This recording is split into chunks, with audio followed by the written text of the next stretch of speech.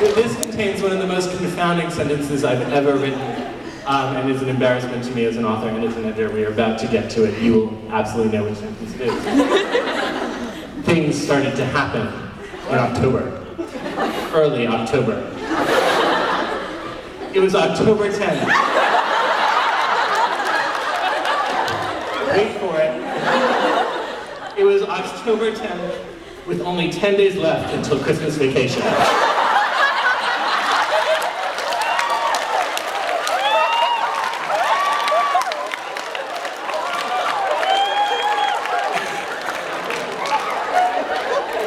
Maybe it's in Australia, I don't know. Heather seemed very upset.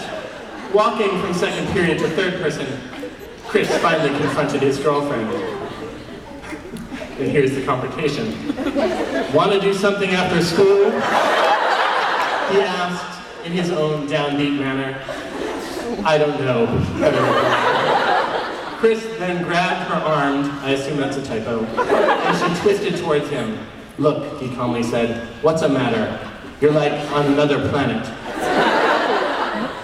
It's nothing, she said, turning into her English class. She's with the space demon. She turned into an English class.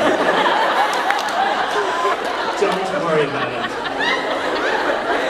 Chris just huffed. Okay. And he and I continued on our way down the hall. Something's wrong, he brilliantly observed. I mean, it's Friday. Why is she so beat? Beat, I asked, not used to Chris's modern vocabulary.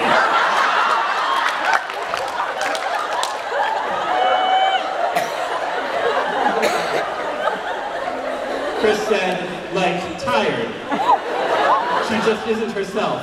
I guess I'll ask her again after school. Sure. Later that day, I had a dentist appointment. So Heather and Chris were left to go at it alone. Not that way.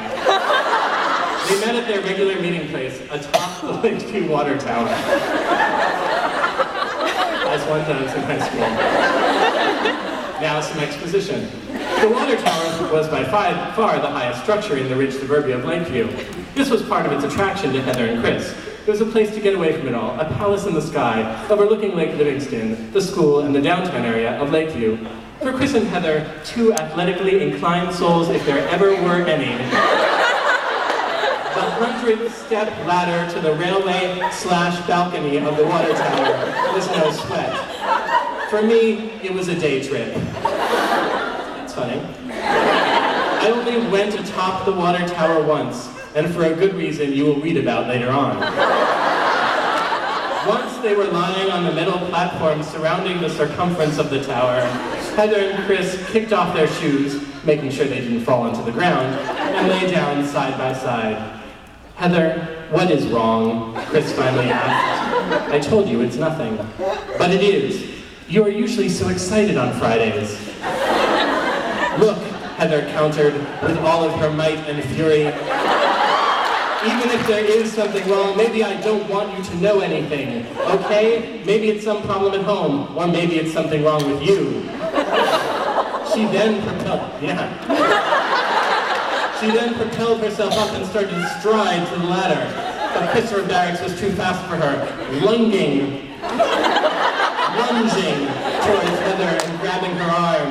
Slowly she turned around, with enough spite in her eyes to melt a statue. But before she could protest, Chris jumped in. Listen up, okay, before you blow your top, he ordered. If there is something wrong at home, you can tell me. I mean, I would tell you. And if it's me, then for God's sake, tell me about it too. I'm a big boy. I can handle it. His day. Slowly wiggling out of her lover's grip, Heather replied in a frail and sorrowful voice, it's not you, all right. It's at home. It's my stepfather.